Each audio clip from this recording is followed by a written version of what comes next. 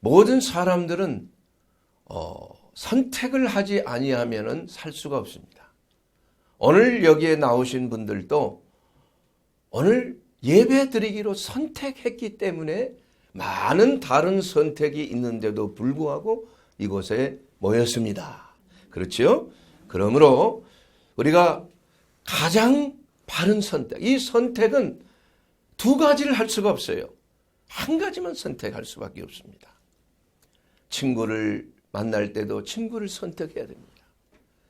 또 학교를 선택해야 합니다. 또 우리가 직장을 선택해야 됩니다. 배우자도 선택을 해야 됩니다.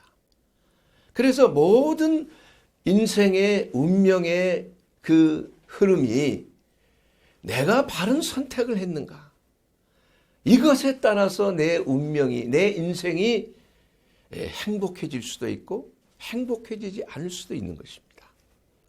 그러므로 여러분이 진심으로 행복하고 정말 그 행복이란 말은 물론 외형적인 환경에 의해서 많이 좌우된 것이 있지만은 그러나 여러분의 내면의 행복, 여러분의 마음속에 진정으로 기쁨과 평안이 있는 삶, 그것이 비록 고통스럽고 고난이 있고 힘든 일이 있고 여러 가지 사건들의 연속 속에서 사는 것 누구나 똑같지만은 그러나 어떤 사람은 그 마음속에 그럼에도 불구하고 기쁨과 평안이 넘치는 삶을 사는 것입니다.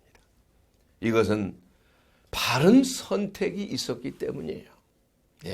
그래서 오늘 이 말씀 속에 우리가 성령 안에서 바른 선택이 우리의 운명을 바꾼다는 귀중한 진리의 말씀을 여러분과 은혜를 나누기를 원합니다.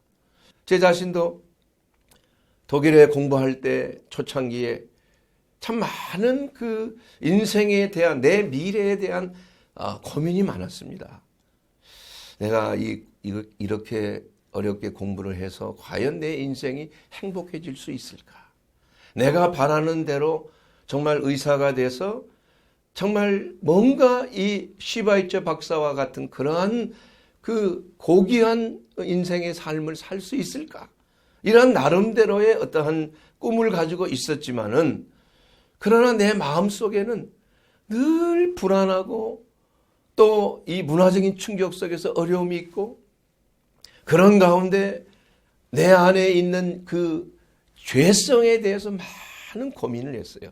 저는 그 당시에 캐톨릭 신자였지만은 그래서 이러한 그 인간의 근본적인 구원의 문제, 죄의 문제, 그러한 고민 속에서 불면증도 생기고 위궤양도 생기고 마음에 불안하여 여러 가지 어지럼증과 이런 것에 공부를 지속할 수 있는 그런 확신이 들질 않았습니다.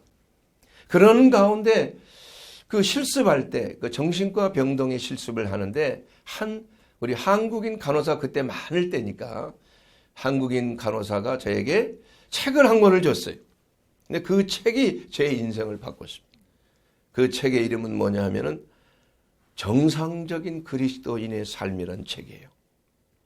바로 중국의 전도자인 워치만니가 썼던 그 로마서 강해에 대한 말씀인데 바로 로마서 8장 1절에서 2절 말씀이 제 인생의 모든 근본적인 고민, 근원적인 고민에서 해방시켰어요.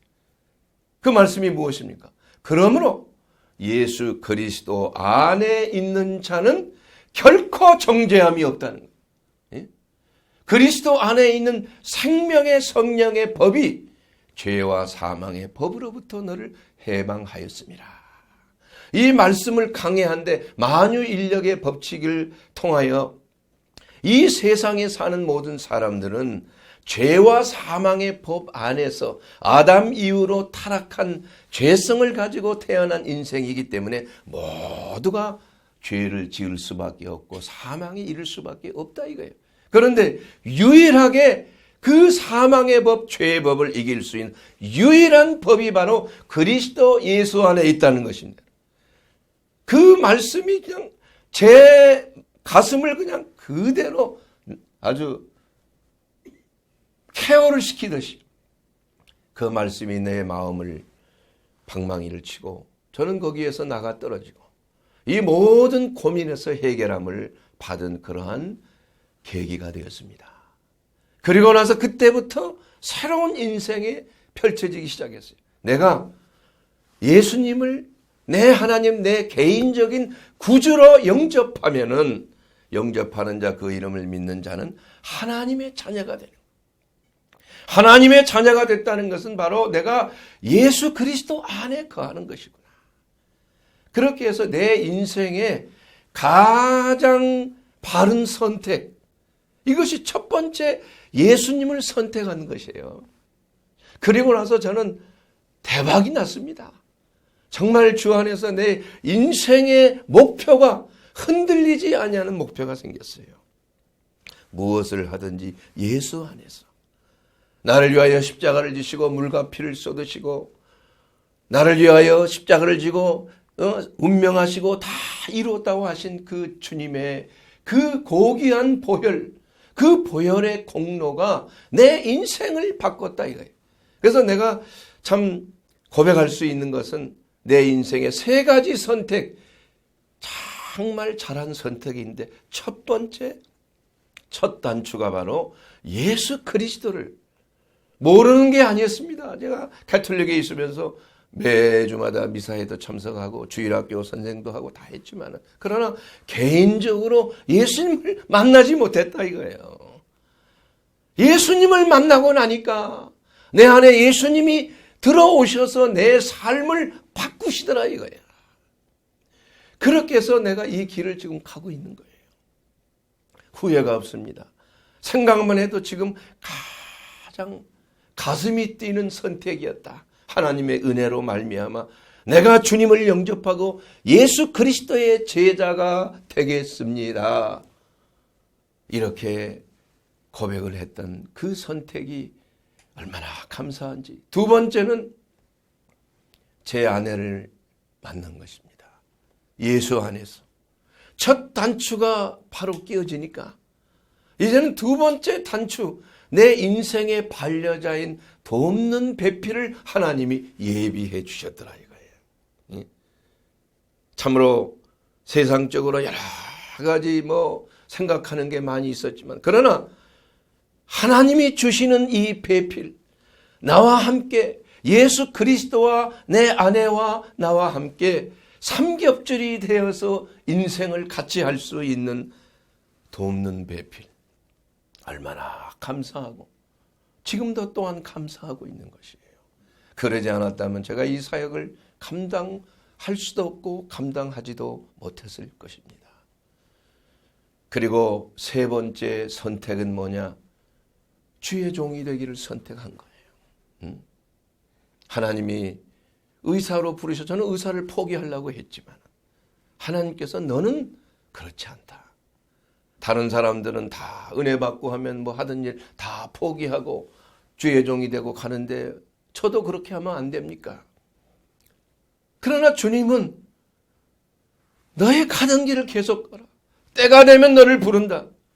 그렇게 하다가 보니까 하나님께서 몸을 고치는 의사로 하나님이 모든 과정을 마치게 하셨고 독일 몬 대학의 간 박사로 모든 훈련을 마치게 하시고 또한 그 후에 또한 영혼을 고치는 영혼의 의사로서 그야말로 영과 혼과 육을 흠없이 보존되게 하시는 예수 그리스도의 그 전인적 구원을 위하여 하나님이 부르셨다는 거 얼마나 감사한 일인지 몰라요.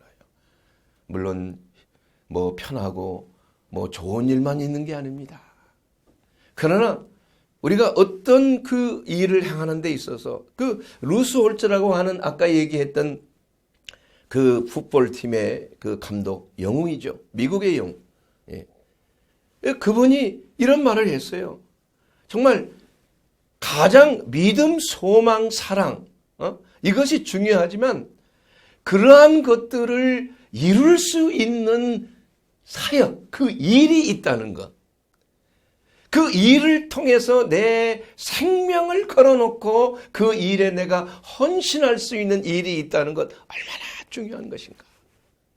저는 그 일이 있기 때문에 아무리 어렵고 힘들고 비난이 있고 고난이 있을지라도 하나님이 주신 그 사역, 그 일이 있기 때문에 기쁨으로 감당하는 거예요.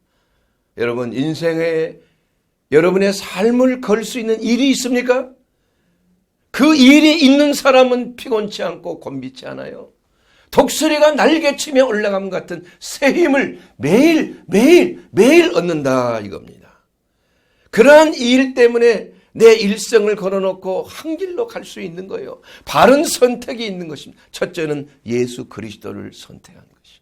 두 번째는 나와 같이 할 수 있는 돕는 배필을 선택할 것이. 세 번째는 하나님의 종으로서 하나님의 전인 구원의 사역에 부르시는 종으로서 예수 그리스도의 발자취를 쫓아서 갈 수 있다는 그 일이 있다는 것, 이것이 얼마나 감격스럽고 감사한 일입니까? 저는 가끔 자다가도 일어나서 하나님 앞에 감사하는 것입니다. 우리가 어떤 직업을 가지든지 어떤 일을 하든지 여러분, 그 일이 여러분의 일생을 걸 만한 일이 있게 되기를 바랍니다. 그 일이 있어야 행복해요. 먹고 살기 위해서 억지로 일을 한다면은 차라리 그만두는 게 좋습니다. 물론 뭐 직업을 구한다는 게 쉬운 건 아니지만 불행합니다, 여러분. 여러분이 목숨을 걸 수 있는 그 일을 선택하십시오. 그리고 그 일을 하다가 보면은 자기가 좋아하는 일을 하면은 잘 되게 돼 있어요. 하나님이 역사하시니까. 하나님이 함께 하시면은 어떤 일이든지 형통하게끔 돼 있어요. 왜냐? 하나님께서 우리를 위하여 향하신 그 뜻을 이룰 때까지 주님은 세상 끝날까지 우리와 함께 하신다는 언약의 말씀이 있기 때문입니다. 그러므로 사랑하는 여러분, 여러분의 인생에 선택을 바로 하십시오. 되는 대로, 닥치는 대로 여러분 선택하지 마십시오. 하나님이 기뻐하시고 온전하시고 선하신 것이 무엇인지 바른 선택이 여러분의 인생을 좌우하는 것입니다. 선택이 잘못되었을 때 어떻게 합니까? 포기하지 마세요. 여러분, 진심으로 하나님이 기뻐하시는 그 일을 알아야 하는 것입니다. 그러기 위해서는 어떻게 해야 됩니까? 첫째는 뭐냐? 바른 지식을 가져야 돼요. 지식. 그것을 넓게 얘기하면 뭐냐면은 바른 사상을 가지라는 거예요. 사상. 이 사상이라는 게 뭡니까, 여러분? 사상이라는 것은 모든 인생의 삶에 있어서 사고체계, 판단할 수 있는 모든 생각과 사고를 통괄하는 하나의 생각의 구조예요. 이것이 사상입니다. 우리가 사상하면 뭐 공산주의 사상, 뭐 사회주의 사상, 뭐 자본주의 사상, 이것만을 얘기하는 게 아니에요. 우리는 하나님이 우리에게 주시는 바른 사상, 이러한 바른 사고 체계를 우리 안에 정립해야 바른 선택을 할 수가 있는 것이에요. 사상이 잘못되면은 선택이 바르지 못합니다. 왜냐? 생각이 잘못됐기 때문에 그런 거예요. 예. 그래서 우리가 공부를 해도 정말 바른 지식을 쌓는 공부를 해야 돼요. 예. 우리가 어떠한 사상을 가지고 세계를 바라보는가, 이것이 바로 이데올로기 아닙니까? 이데올로기. 그러한 이데올로기가 여러분 좌파에 속했다, 우파에 속했다, 이러한 문제가 아니라는 거예요. 우리가 성경을 한번 가만히 보십시오. 예수님이 원하시는 것은 뭐냐? 우리가 하나님을 바라보고 하나님을 향하여 나아가는 사상체계를 바로 체계를 성립하라 이거예요. 확립하라 이겁니다. 예수님께서 말씀하세요. 너희는 좌로도 우로도 치우치지 말라 그랬어요. 이것은 무슨 말이냐 하면은 우리의 삶 속에 가장 중심이 되는 사상, 이것은 바로 예수 그리스도를 바라보는, 진리가 되시는 주님을 바라보는 그 사상을 우리가 우리의 삶 속에 적용해야 되는 거예요. 그렇게 되었을 때 우리는 한쪽에 치우치지 않아요. 그리고 상대방을 적폐로 몰지가 않습니다. 정말 진리를 바라보고 좌에 섰든 우에 섰든 하나님이 기뻐하시는 곳을 향하여 우리는 나아가서 양날개로 균형을 잡고 비상하여 나아가는 것이에요. 우리가 하나님을 사랑하고 하나님 말씀에 절대 순종하고 하나님의 뜻을 절대 이루는 성경 중심적인 사상, 이것은 우파적인 사상이에요.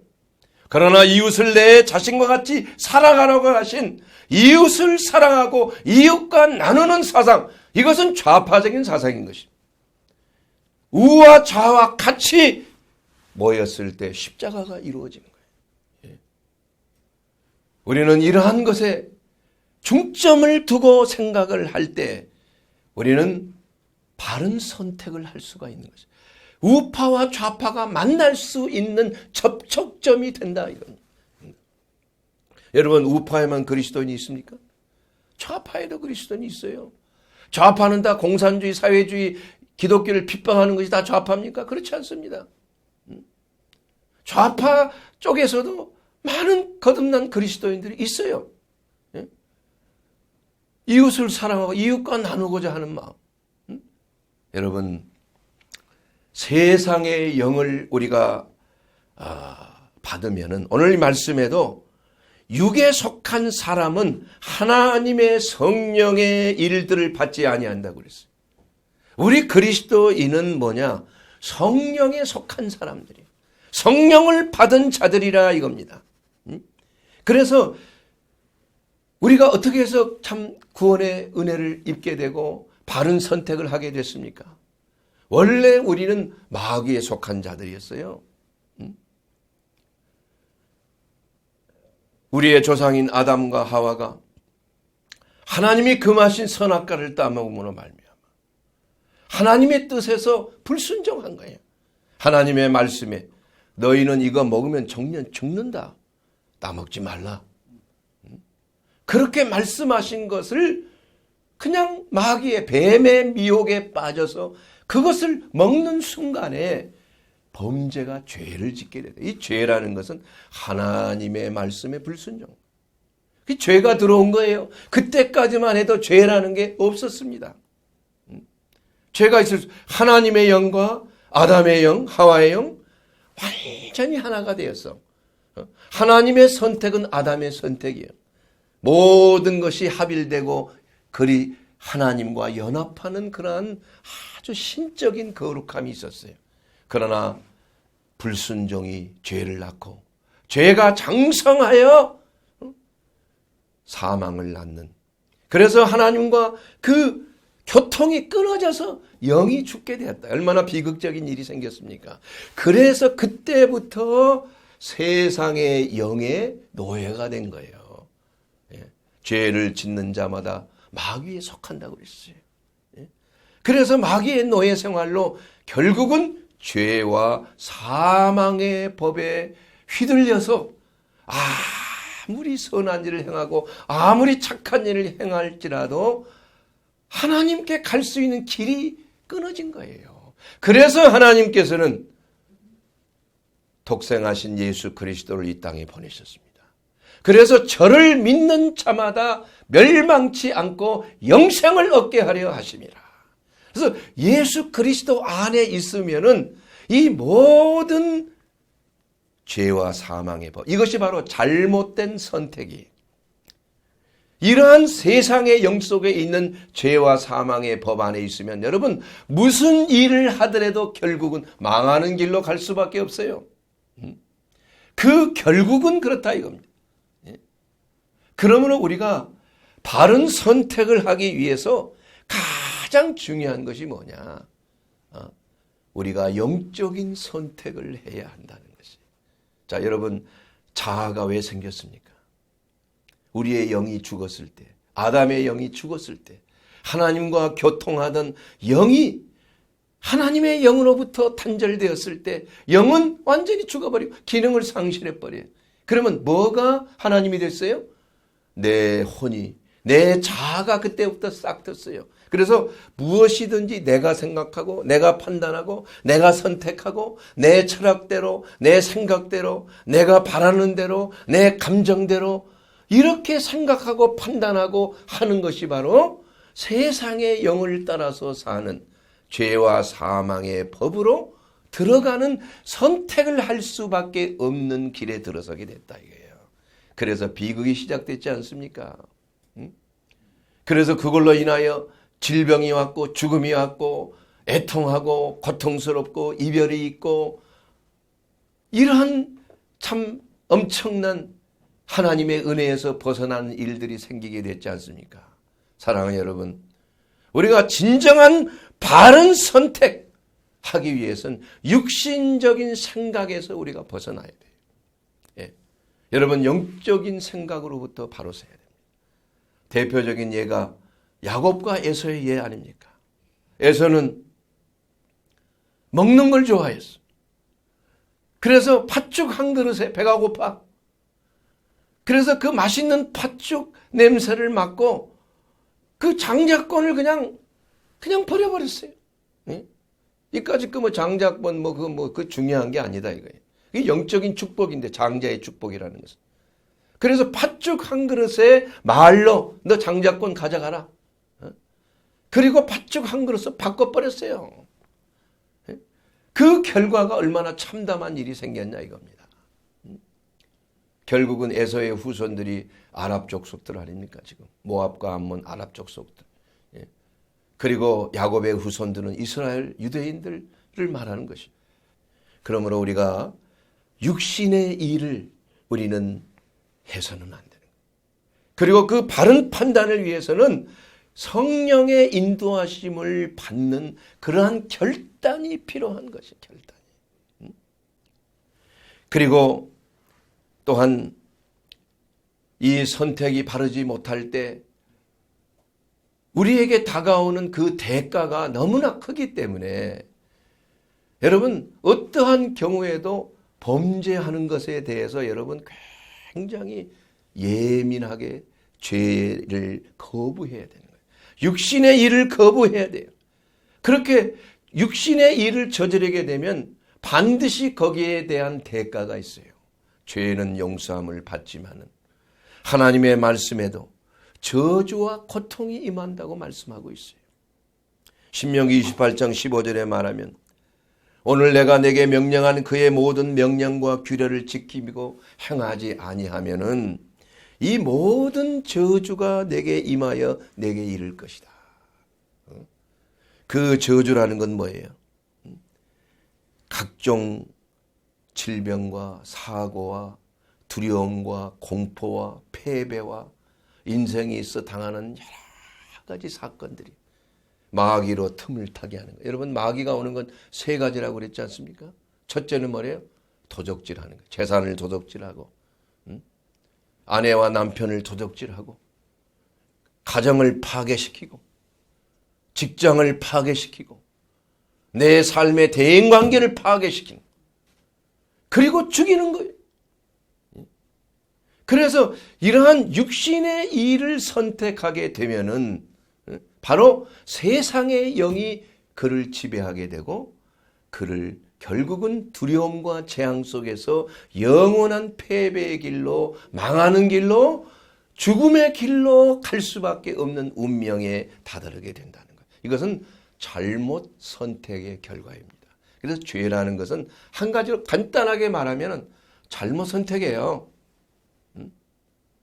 이것이냐 저거냐 선택할 때 하나님의 길은 외길이에요. 성령께서 우리 가운데 역사하는 것은 바로 하나님이 원하시는 것을 가르쳐 주시는 거예요. 어떤 일을 행하려 할 때 이것이 옳은가 저것이 옳은가 할 때 성령께서 우리 안에 거하셔서 여러분을 인도하시는 거예요. 그래서 그 바른 선택을 하기 위해서는 우리가 어떻게 해야 되느냐?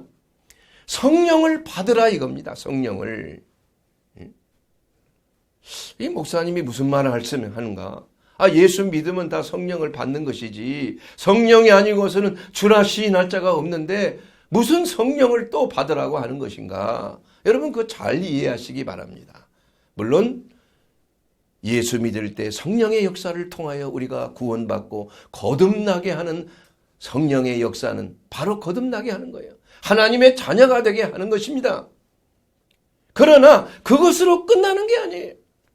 예수님께서 정말 그 마가의 다락방에서 기도하는 제자들에게 뭐라고 말씀해? 너희는 성령이 임하기까지 예루살렘을 떠나지 말라 그랬어요.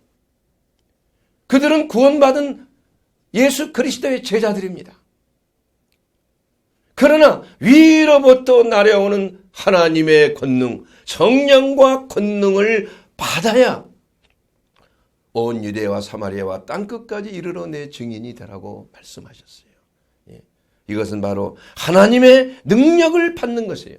그래서 사도행전 그 19장을 보게 되면은 그 에베소 교회에서 아볼로라고 하는 사람이 참으로 설교를 잘하는 사람이에요. 요한의 제자입니다. 침례 요한의 제자예요. 그래서 그는 예수 그리스도의 도에 대해서 잘 가르쳤어요. 그래서 그 예수님의 도를 받아서 그 에베소 교인들이 구원을 받았습니다. 그런데 브리스길라와 아굴라고 하는 사람이 그 아볼로 에베소 교회로 가서 그 아볼로가 하는 설교를 듣고 나니까 이게 모자라는 게 있다. 이게 뭐가? 그 모자라는 게 뭔가?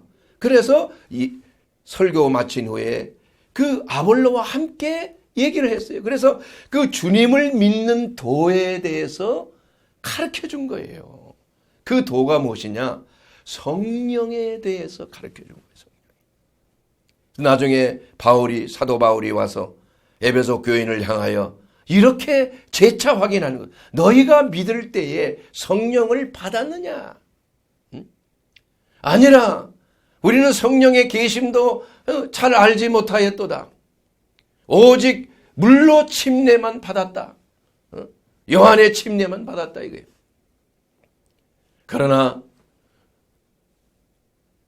예수 그리스도께서 주시는 그 침례, 그 세례는 불과 성령으로 주시는 세례야. 그것을 침례교에서는 침례라고 그러고 장로교나 다른 교단은 세례라고 합니다. 같은 말이에요. 성령의 침례 또는 성령의 세례. 불과 성령으로 예수님이 주시는 성령의 침례를 받으라 이거예요. 그래야 그들이 능력을 받게 되는 거예요. 그리고 나서 그들이 성령 받기를 결단하고 사도 바울이 그 12명 있는 그 작은 교회인 에베소 교회에 가서 그들의 머리에 안수할 때에 성령이 임하셨다고 그랬어요. 그래서 성령이 임하는 그 표적이 뭡니까? 방언도 하고 예언도 했더라. 이것이 바로 성령이 임했을 때 나타나는 영적 은사라, 은사. 예. 여러분, 진심으로 내가 성령을 받았느냐, 안 받았느냐를 알 수 있는 그러한 방법은 딱 한 가지예요. 성령의 외적인 은사로서 영적 은사가 있느냐. 그것을 보면 아는 것이에요. 영적 9가지 은사가 있잖아요. 뭐 방언의 은사뿐만 아니라 뭐 말씀의 지식, 지혜의 말씀, 지식의 말씀, 예언, 능력, 믿음, 영분별, 기적을 행하는 은사, 방언과 방언 통역의 은사, 뭐 이러한 9가지 은사가 있는데 이러한 은사들을 성령 받은 자에게 하나님께서 표적으로 주셨고 그러한 은사를 통해서 교회를 세우고 효과적인 선교 생활을 할 수 있도록 그리스도의 증인된 삶을 살 수 있도록 교회에 부어주시는 성령이라 이겁니다. 그래서 우리가 믿을 때에 성령을 받지 않아도 우리가 믿음 생활을 할 수는 있어요. 성령의 임재하심과 내주하심을 통해. 그러나 성령과 능력을 받는 그러한 믿음을 통하여서 우리는 방언의 은사를 통하여 내 자신의 영적인 유익을 가져다 주는 거예요. 왜냐하면 방언의 은사는 누가 알아들 수가 없는 그러한 은사이기 때문에 방언 통변을 통해서만 알 수 있는 거예요. 그러나 그 외의 모든 다른 은사들은 교회의 덕을 세우기 위해서 주시는 은사예요. 그래서 에베소 교회에 12명의 제자들, 바울로부터 안수받아 성령을 받아서 방언도 하고 예언도 한 이 12명의 제자들이 나가서 엄청난 부흥의 역사, 전도의 역사를, 초대교회의 부흥의 역사를 일으켜서 에베소 교회가 놀랍게 부흥하는 그러한 첫걸음이 되었다는 것입니다. 사랑하는 여러분, 우리가 이 말씀을 통해서 우리는 다시 한번 이 성령의 세례라고 하는 것에 대해서 더 이상 이렇게 왈가왈부할 필요가 없습니다. 뭐 어떤 교회에서는 무슨 성령의 세례를 다시 받으라고 하느냐. 이미 받았으면 됐지. 이러한 교리 문제로 인하여서 여러 가지 복잡한 일들이 많이 있어요. 그러나 여러분 간단하게 생각하면 됩니다. 성령의 침례, 세례, 이것은 뭐냐? 능력을 받는 거예요. 하나님의 은사를 받는 것입니다. 영적인 무기를 받는 것이에요. 그렇게 함으로 인해서 효과적인 선교 활동을 할 수 있고 교회에 생명을 부어주는 하나님의 능력의 역사를 경험하게 되는 거예요. 그렇게 되면 베레아 사람들처럼 데살로니가에 있는 그 교인들과 같지 아니하고, 데살로니가에 있는 교인들은 유대인들이 많았고 유대적인 그러한 교리 때문에 예수님을 부인하고 예수의 도를 전하는 것을 시기하고 질투해서 거부했어요. 그러나 베레아 성도들은 호상했다고 그랬어요. 신사적이에요. 너그러웠어요. 바울이 전한 그리스도의 복음을 받았어요. 성령을 받았기 때문이에요. 하나님의 권능을 받아들였기 때문에 내가 사람의 지혜로 권하는 말로 하지 아니하고 오직 성령의 나타남과 능력으로 전하는 그 말씀을 받았을 때에 그들에게 능력이 임한 것이에요. 능력이. 그래서 우리가 능력을 받고 우리의 삶 속에 뭐 어디 꼭 선교사로 어디로 나가, 아프리카로 가라, 뭐 무슬림 선교로, 이런 말이 아닙니다. 바로 삶의 현장 속에서 여러분이 선교사가 되는 거예요. 그러기 위해서는 먼저 행해야 될 것이 뭐하라? 성령을 받으라 이거예요. 성령 받은 사람은 어떻게 합니까? 성령의 재충만을 받아야 되는 거예요. 그렇게 함으로 인해서 우리의 인생의 삶 속에 정말 성령의 운행하시고 나타나시고 바람처럼 내리시는 성령. 유명한 월드 비전의 창시자인 피어슨 선교사님, 그의 기도 제목 한국 전쟁 고아들을 불쌍히 여겨서 그들에게 고아원을 짓고 선교 활동을 했던 피어슨 목사님, 그는 맨 먼저 뭐라고 그랬어요? 하나님이여, 내 인생에 성령의 바람이 불게 하옵소서. 성령의 바람이 부는 거예요. 성령의 바람이 불어야 내 인생의 삶이 순풍의 돛담배처럼 능력 있게 나아갈 수가 있는 거예요. 어떠한 바람도 그 바람을 타고 우리가 능력 있는 그리스도인의 삶을 살 수가 있다 이겁니다. 여러분, 바람이 없으면 노를 저어야 되는 얼마나 힘겹게 신앙생활 해야 됩니까? 그러나 여러분, 성령의 바람을 타보세요. 여러분의 신앙생활이 매우 쉬워집니다. 그리고 성령의 바람을 따라서 여러분이 가고자 하는 그 길을 가는 것이 아니라 하나님이 원하시고 바라시고 기뻐하시는 그 길을 갈 수 있는 놀라운 능력이 바로 성령의 바람이 불 때 나타나는 것입니다. 그러기 위해서 성령의 바람을 받고 나가면은 바른 선택이 우리의 인생을 좌우하는 거예요. 우리의 운명 가운데 하나님의 역사가 일어납니다. 성령 받은 사람들은 하나님의 인도하시고 하나님의 기름 부으시고 역사하심을 통해서 그들의 삶 속에 놀라운 변화가 있어요. 저도 성령 받고 나서 하나님의 은혜 가운데 나타나는 놀라운 성령의 은사가 나타났어요. 20대 때 성령 받고 나니까 손을 얹은 즉 병이 낫는 역사가 나타나고, 손을 얹을 때 귀신이 떠나가는 역사가 나타나고, 해방이 되는 역사가 나타나더라 이거예요. 이것은 하나님의 영이 아니고서는 인간의 힘으로는 될 수 없는 바로 성경적인, 마지막 때 하나님께서 저와 여러분을 부르시고 하나님의 나라의 전파를 위해서 회개하라, 천국이 가까이 왔느니라. 여러분, 여러분의 인생을 허비하지 마십시오. 여러분의 인생은 너무나 고귀한 것이에요. 여러분의 그 시간은 너무나 짧습니다. 여러분, 초음을 아껴야 돼요. 세상이 약합니다. 시간을 아껴야 됩니다. 그래서 저는 매일매일 시계를 보면서 지금도 5분 10분 간격으로 내가 할 일을, 수험생 시계를 하나 사가지고 여러분 그 시간을 아껴서, 이 보기가 얼마나 쉽습니까? 15,000원짜리 시계. 그 가장 좋아요, 시계가.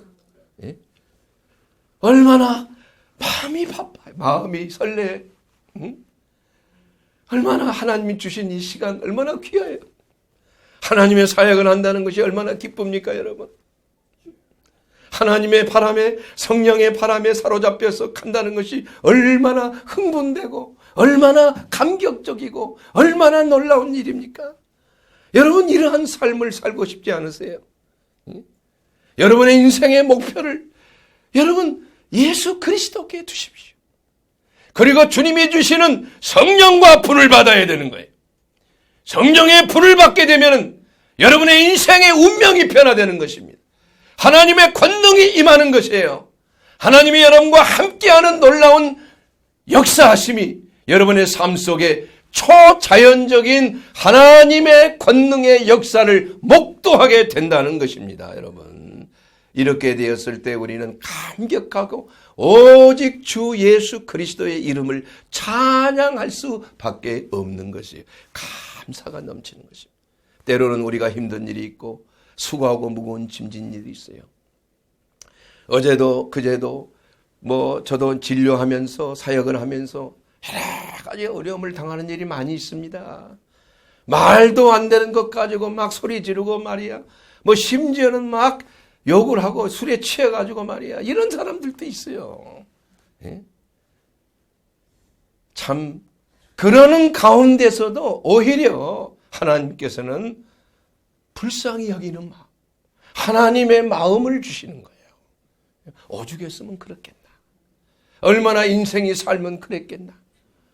저분에게 예수 그리스도를 전하면, 저분이 예수만 믿으면 변화가 될 텐데, 가만히 보니까 아내가 아프고 돈이 없어요.